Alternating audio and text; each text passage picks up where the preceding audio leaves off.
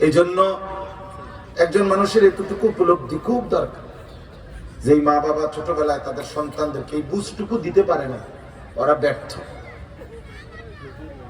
পয়সা উপার্জন, ভাত খাওয়া, ঘুম যাওয়া, পেশাব পায়খানা করা, যৌন চাহিদা পূরণ করা, এটা জীবনের একটা অংশ, এটাই জীবন না। আজকের ইউরোপের স্লোগান হলো জীবন মানে মানুষ হলো ইকোনমিক্যাল এনিম্যাল, অর্থনৈতিক প্রাণী। অর্থাৎ যাকে পৃথিবীতে উদ্দেশ্যই যাক উপার্জন করবে, এটা হলো ইউরোপের কথা, বস্তুবাদের কথা, ক্যাপিটালিজম, পুঁজিবাদের কথা। অর্থাৎ যেখানে শুধু হইল সম্পদ আহরণ করা, তোমার দুই হাতের কাজই হলো তোমার শরীর।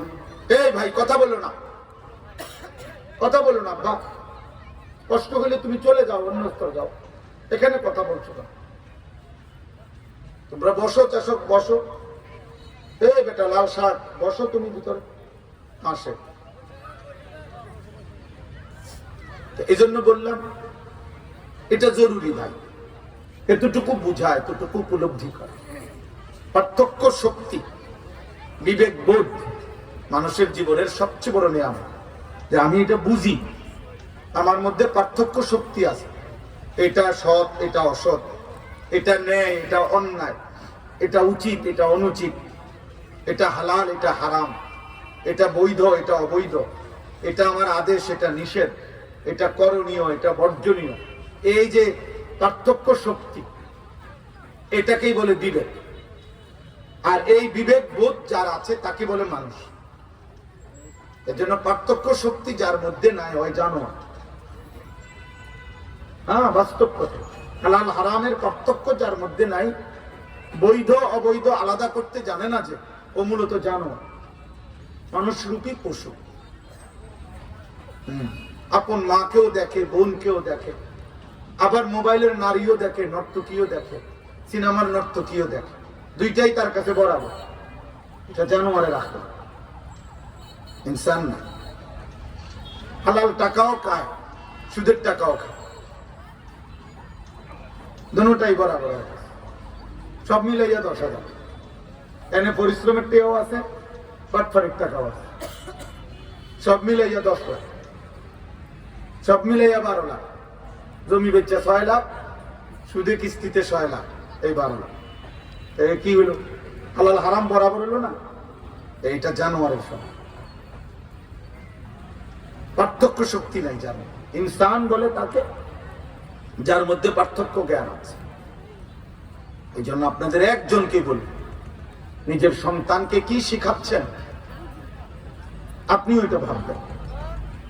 পরে জিজ্ঞাসা করেন, তুমি যদি মুসলমান হও, চুল কেন বেঈমানের মতো? তাহলে তোমার পার্থক্য শক্তি কি? তুমি যদি মুসলমান হও, সেজদা করো। তুমি যদি মুসলমান হও, তো আল্লাহর কোরআন 16 বৎসরে তুমি এত কিছু পড়লা, তো রবের কোরআন তুমি দেখে দেখেও পড়তে পারো না বলে? এটুকু জবাব দেন, এতটুকু বলেন, এই বিবেকটুকু যে আমি মুসলমান, চোখ আমার আল্লাহর দেওয়া, আমার সেই মালিকের কালাম আমি দেখি না কেন? জবান আমার আল্লাহর দেওয়া, অথচ সেই জবানে আমি আমার আল্লাহর কথা করতে পারি না কেন? এর চাইতে বড় দুর্ভাগ্য, এর চাইতে বড় জীবনের ব্যর্থতা খোদার কসম আর কিছু নেই। এবং এই উপলব্ধি যার মধ্যে নাই, তার জীবনের কোনো অর্থই নেই।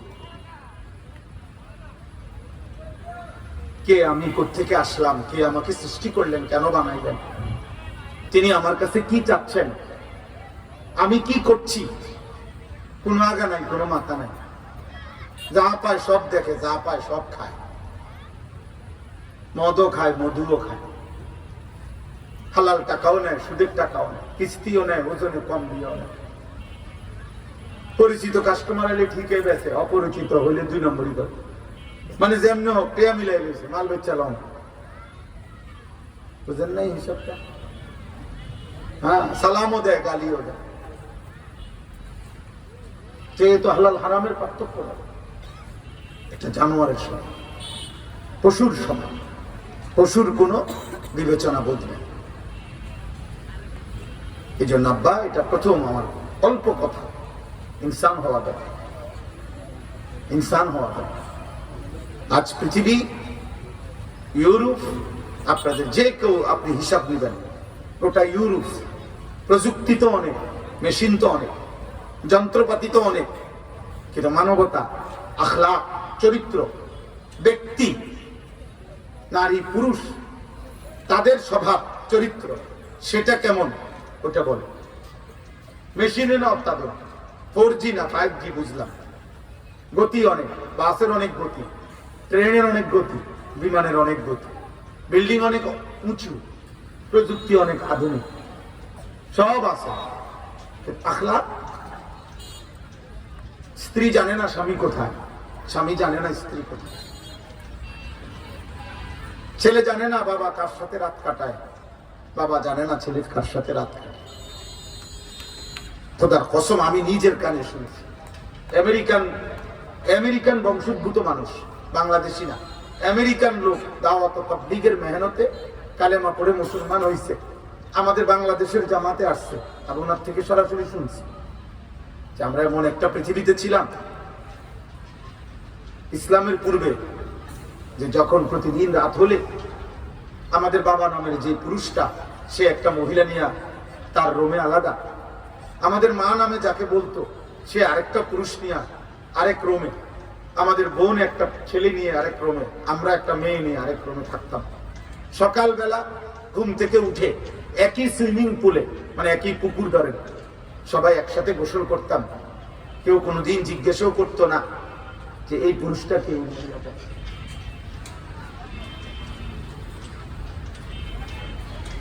তো এই জন্য ভাইয়া, ইনসান তো ভিন্ন জিনিস, উপার্জন আরেক জিনিস, টাকা রোজগার করে এটা তো ভিন্ন জিনিস।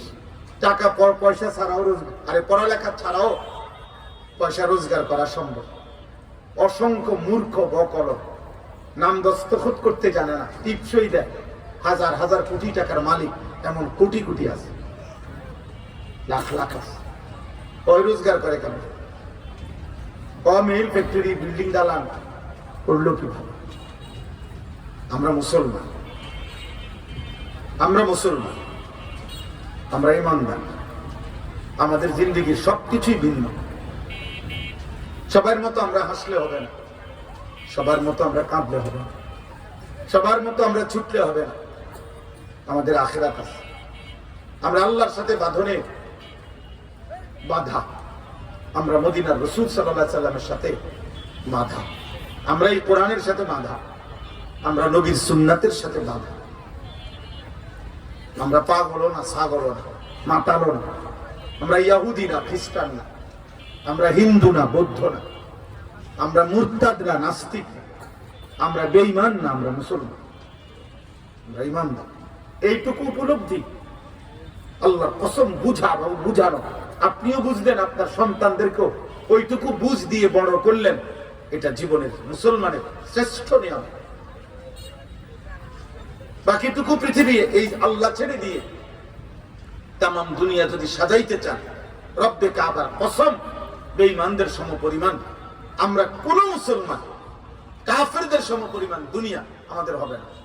এটা আল্লাহর ওয়াদা, হবে না, হবে না, এটা হবে না। আমাদের বাংলাদেশের সবার বিল্ডিং যেদিন 10 তলা হয়ে যাবে, ইউরোপের সবার বিল্ডিং সেদিন 200 তলা হয়ে যাবে। আমাদের বাংলাদেশের প্রত্যেকেই যদি এখন আমাদের দেশে যারা বড় ধনী মনে করে 60, 70, 80 লাখ টাকা দিয়া একটা গাড়ি চড়লে ওনারা সবাই আঙ্গুল দিয়া দেখায়, গাড়ি দেখো কত বড় লোক। ইউরোপে 80 লাখ টাকার গাড়ি দিয়া ছাগলের ঘাস টানে।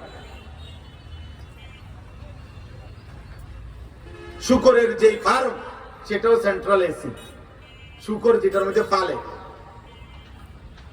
আমাদেরও পরিচিত লোক আছে, আমরা তো আর সাদের দেশে থাকি না, ইউরোপ আমেরিকাতে তো আমগো চেনা জানা লোক আছে।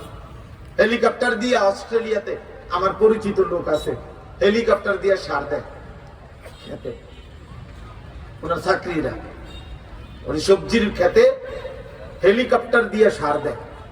তা আমরা বাংলাদেশে হেলিকপ্টার দিয়ে সার দিব কোন দিন? এবারে নির্বাচনের পর কি মনে হয় আমরা দিয়ে অটোই শেষ হয় না? আমরা দেশে মূল যানবাহন বাকিগুলো গুইনা আর অটো গুইনা সমান করতে পারবে না। কোন কুল কিনার আসেনি অটো কি পরিমাণ। ওই যে দেখেন, এই দেখেন, এই নিজে নিজে হাসে, নিজে নিজে মোবাইল। আমি বললাম না, একবার আপনি দেখবেন আপনাদের চলার কথা, যত ছেলে মোবাইল ব্যস্ত তারা মানসিক প্রতিবন্ধী। আমি বললাম, লিখিত দিলাম, তারা প্রতিবন্ধী ধীরে ধীরে এবং পূর্ণ মানসিক ভারসাম্যহীন হয়ে যাবে। অচিরেই দেখবেন আপনি একটা বিরাট প্রজন্ম অকর্মণ্য, অলস, যারা বাবার বোঝা, সংসারের বোঝা হয়ে যাবে।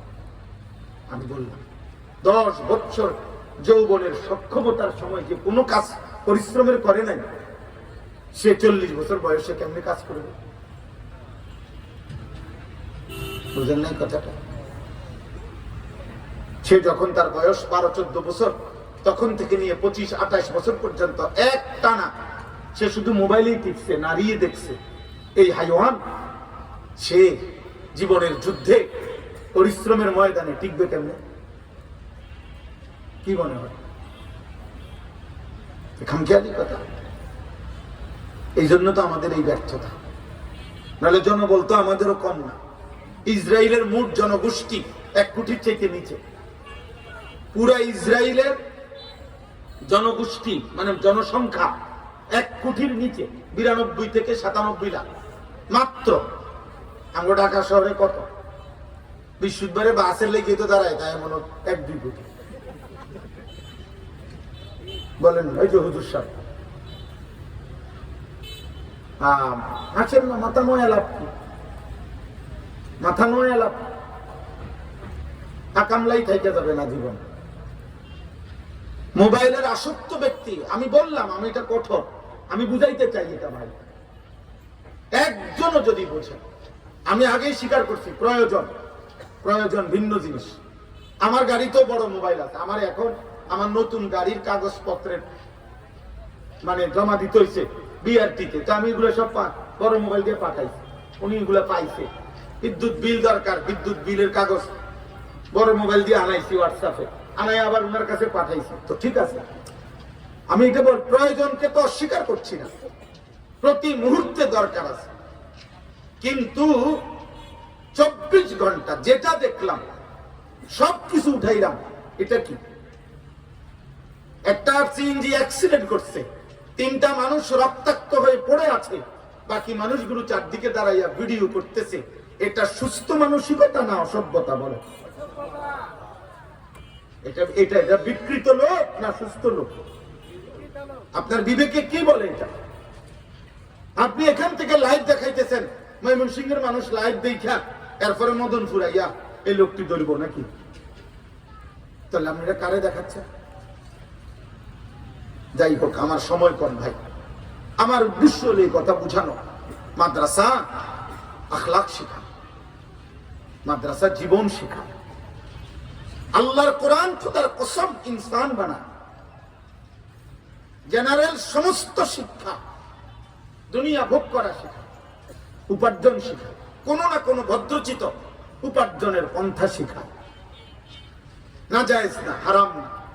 উপার্জনের কোন আইটেম শিখা, এটা হারাম নয়।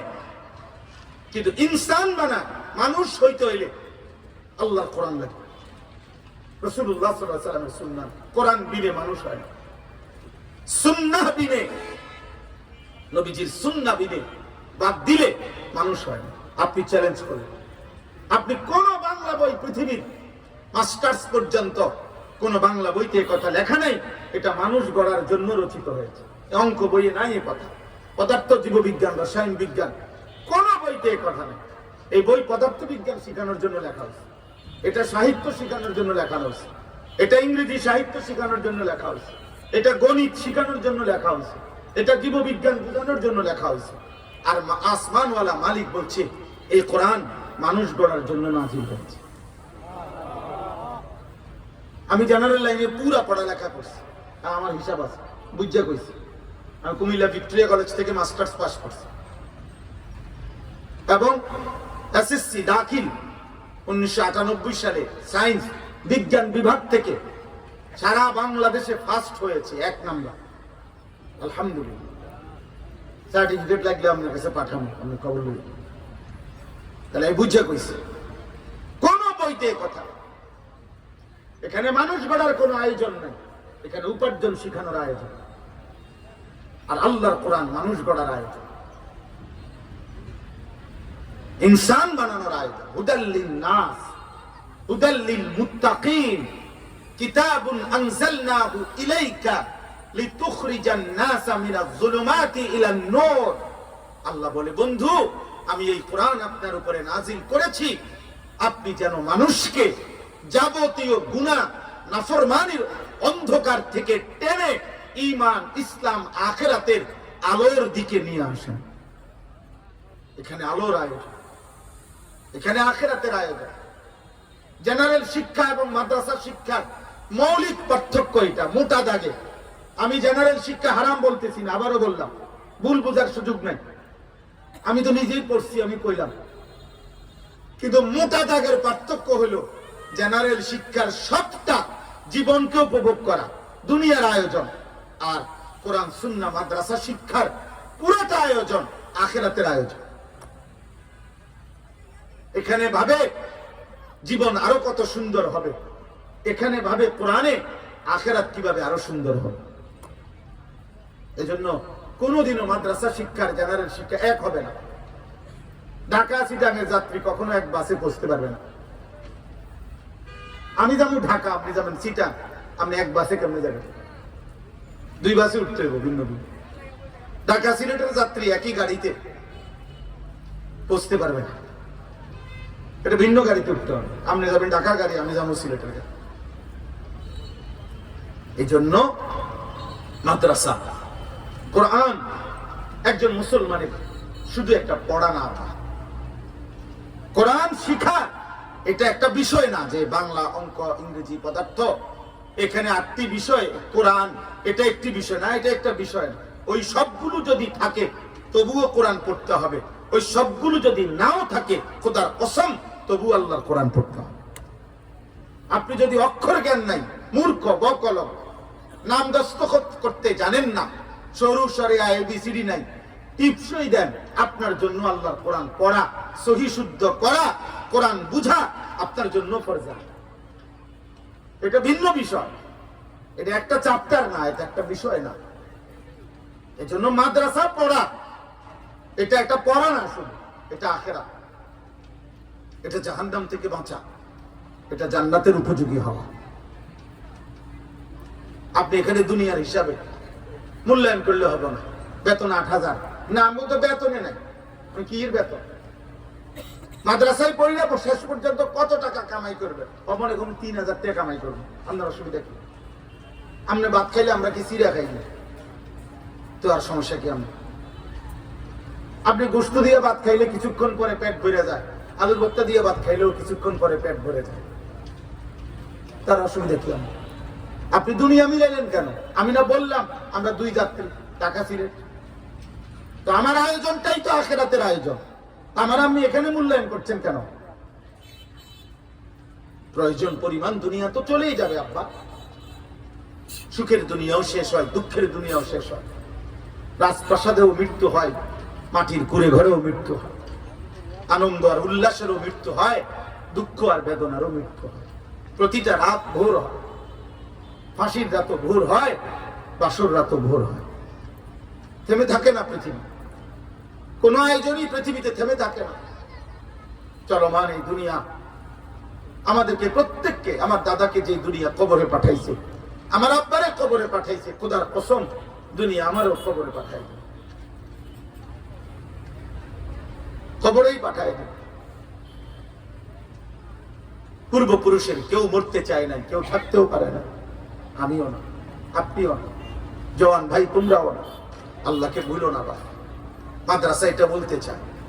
এই জন্য আপনাদের সবার কাছে অনুরোধ, আপনাদের কাছে অনুরোধ, আপনারা আপনাদের একটা বাচ্চাকেও, একজনকেও আল্লাহর কোরআন থেকে বঞ্চিত করবেন না। প্রিয় ভাই, তোমরা যারা স্কুলে পড়ো, কলেজে পড়ো, খোদার কসম আমাদের কোনো দুশ্মনী নাই, পড়ো আব্বা, আরো পড়ো। হিমালয়ের পর্বতের উচ্চতা পরিমাণ তোমার যেন জ্ঞান হয়, আমরা দোয়া করি। আটলান্টিক মহাসাগরের গভীরতা পরিমাণ যেন তোমার জ্ঞান হয়, আমরা চাই। কোনো অসুবিধা নেই, ডাক্তার হও, ইঞ্জিনিয়ার হও, কিন্তু মালিক ভুল রাখে। 365 দিনে একদিনও ফজরের নামাজ পড়বা না? তুমি মুসলমানের বাচ্চা, মুসলমানের বাচ্চা তুমি, এমন মালিক ভুলে গেলা? তোমার আব্বা তোমারে কি শিখাইলো? মা তোমারে কোন মালিক চিনাইলো? একদিনও মনে পড়লো না? 60 বছর আমনে একটা পৃষ্ঠা মুসলমান আল্লাহর কোরআন আমনে দেখে দেখেও শুদ্ধ করতে পারবেন না। আমনে জিব্বা আছে, আমনে বোবা মিয়া, বোবা বেটা মিয়া। আপনি এই জিব্বা না হইবা চলতো বেটা। বোবা বাস্তবিক বোবা যারা, তারাও তো দুনিয়া ভোগ করে। বোবা মানুষও তো বিয়া করে, বোবা মানুষেরও তো বিল্ডিং আছে, বোবা মানুষেরও তো বাচ্চা কাচ্চা হয়, বোবা মানুষও তো আপনার গোস্ত মাছের একই স্বাদ পায়। দুনিয়াতে তো বোবাও ভোগ করতে পারে, আখিরাত, আখিরাতে না দেখার বিষয়। আমরা আপনাদের কাছে এটা বললাম। এই মিশকাতুল উলুম মাদ্রাসা, উনি আমার আপন আত্মীয় হযরত মাওলানা মুফতি উসমান গনি। এই মাদ্রাসার এই নাম আমার দেওয়া, মিশকাতুল উলুম। মূলত মিশকাত শব্দের অর্থ হলো চেরাগ, বাতি। আগের দিনে যারা মুরব্বীরা ভালোভাবে চিনবেন, আগের দিনে কুফি একটা কাঠের, হ্যাঁ, এর ভিতরে উঁচু করে রাখতো। এই কাঠের যে এটার উপরে বাতিটা রাখতো, কেন? বাতির আলোটা যেন একটু ছড়ায়, একটু বেশি আলো হয় আর কি। যে দূর উঁচা করতো তদ্দূর আলো ছড়িয়ে পড়তো। এই যে কাঠের বিষয়, এটার উপরে তাক মনে করেন এখানে রাখতো, তো এইটাকে বলে মিশকাত। অর্থাৎ যেখান থেকে আলো দূর দূরান্তে ছড়িয়ে পড়ে, এটারে বলে মিশকাত। তো মিশকাতুল উলুম মানে হলো যেখান থেকে কোরআন সুন্নাহর ইলম, জ্ঞান চতুর্দিকে ছড়িয়ে পড়ে। আল্লাহ তাআলা যেন এই মাদ্রাসা কবুল করে, আল্লাহ তাআলা যেন এই মেহনত কবুল করে। আপনারা আপনাদের বাচ্চাদেরকে দিন শেখান, আপনার স্কুল জেনারেল সব পড়া করুন, আমরা মানা করি না, কিন্তু আল্লাহকে বঞ্চিত করবেন না, আখিরাতকে বঞ্চিত করেন না ছেলেটাকে। মুসলমানের সন্তান, ও 10 বছরে 5 বছরে কোনদিন তার নবী কিভাবে চুল রাখতেন ও জানে না। পরে এমন নবী ভুলাই দিলেন কেন? যিনি 23 বছর কেঁদেছেন, তায়েফের রক্তে যিনি সারা দেহ রঞ্জিত করেছেন, যিনি পেটে পাথর বেঁধে ক্ষুধার কষ্ট সয়েছেন, অথচ তোমরা একটা ছেলে বলো আব্বা, যেই সমস্ত বেঈমান মুশরিকের মতো তোমাদের চুল, ওই বেঈমান খোদার কসম তোমারে চিনে না। ও তুমি মরলে, অ্যাক্সিডেন্ট করলে, বিপদগ্রস্ত হলে, একদিন একটা বেঈমান তোমারে দেখতে আসবে না, তোমার তো চিনেই না, চিনো না। পৃথিবীর কোন কাফের মুশরিক, ইউরোপের কোন বেঈমান এক বিন্দু আমাদেরকে কদর করে। এই ইউরোপ, এই আমেরিকা সন্ত্রাসী ছাড়া, মানুষের উপরে জবরদস্তি ছাড়া, এক একটা দেশ এক একটা জাতিকে গিলে ফেলা ছাড়া এই রাক্ষসদের আর কোনো কাজ নাই। একটি জনতন্ত্র দেশের প্রেসিডেন্ট, রানিং প্রেসিডেন্টকে এইভাবে উঠায় নিয়ে আসা এত বড় ডাকাত পৃথিবীতে, আপনি কি মনে করেন? এটা ইনসানিয়ত, এটা মানবতা, এটা কথা হইল কোন? কে বলবে? কে বলবে? অত বড় আদর্শ হইতে পারে না। ইউরোপ কোন মুসলমানের আদর্শ হইতে পারে না। ওদের কাছে এক বিন্দু খোদার কসম, এক বিন্দু কোন শেখার কিছু নাই, নাই, কিছুই না। প্রতি মুহূর্তে যারা ইসরায়েলের বেঈমান কুত্তাদেরকে প্রতি মুহূর্তে অস্ত্র দিয়ে, বুদ্ধি দিয়ে, জনবল দিয়ে, সমর্থন দিয়ে এই পৃথিবীর মুসলমানকে হত্যা করছে, গাজা ফিলিস্তিনের মজলুম মুসলমানের রক্তে জমিন লাল করে ফেলেছে, ওদের থেকে আদর্শ কিসের? 1 মিনিট, আজানটা শেষ হবে, আমি 2 মিনিটে শেষ করে দেবো। উঠেন।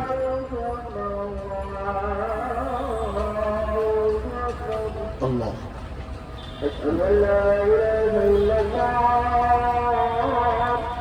আশহাদু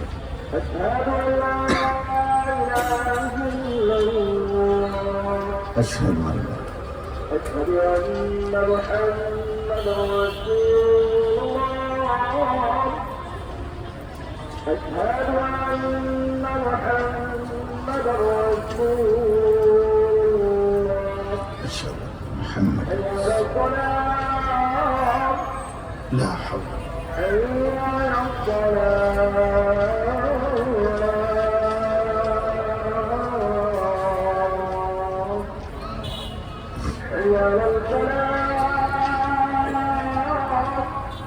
لا حول ولا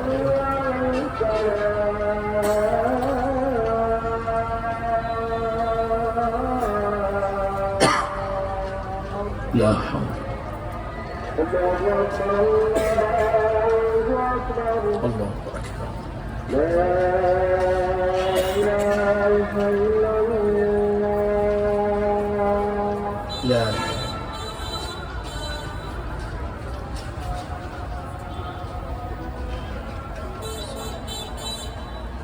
إنك لا تخلف الميعاد. তাহলে আমার এই কথাটা হলো মাদ্রাসা আপনাদের কাছে অনুরোধ, আপনি এটা বুঝছেন, দিল সাফ করা দরকার। মাদ্রাসা এতিমখানা না, মাদ্রাসা লিল্লা বোর্ডিং না, মাদ্রাসা এই আসমানের নিচে জমিনের উপরে এই কায়নাতের সর্বশ্রেষ্ঠ জ্ঞানের পাঠশালা। আল্লাহর কোরআনের চাইতে দামি কোনো জ্ঞান এই পৃথিবীতে নাই, কোনো যুক্তিতেও নাই, তর্ক করলেও পারতেন না।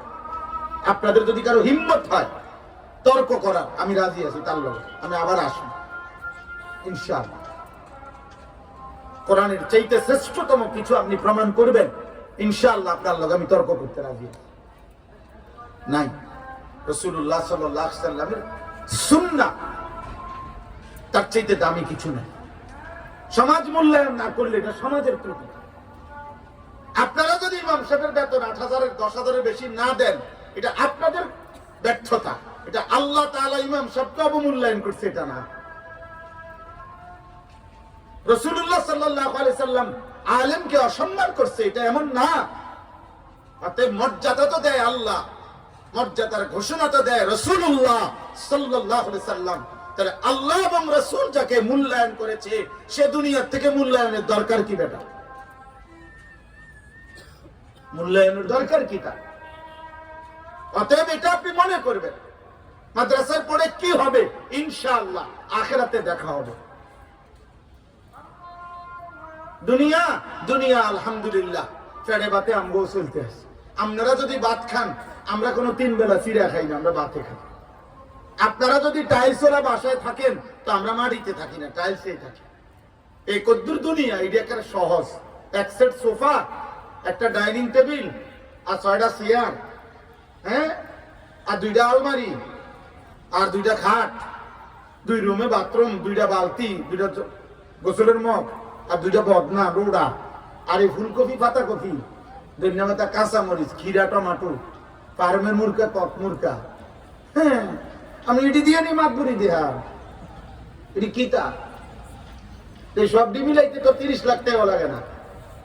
আহামুরি এটুকু দুনিয়ার জন্য এত মিথ্যা কথা বলেন, এত সুদ, এত কিস্তি, এত বাটপারি, এত ধোঁকা, এত প্রতারণা। আফসোস মিয়া, আফসোস। ধোঁকা মিয়া, দুনিয়া ধোঁকা, তামাশা দুনিয়া। আখিরাত আসল, ওয়ালা দারুল আখিরাতু খায়রুল লিল্লাযিনা ইয়াত্তাকুন। আল্লাহ বলেন, আল্লাহকে যারা ভয় করে তাদের জন্য আখিরাতের ঘর জান্নাত, সেটাই উত্তম। আফালা তাকিলুন। আল্লাহ বলে, বান্দা তোমরা কি বুঝো না? অতএব বাপ আমার, ভাই আমার, বন্ধু আমার, নওজোয়ান সাথী আমার, আপনাদের কাছে অনুরোধ, আপনারা আশেপাশের এই সব মাদ্রাসা আপনারা ভালোবাসবেন। এই মিশকাতুল উলুম নতুন এই মাদ্রাসাও আল্লাহ যেন কবুল করে নেয়।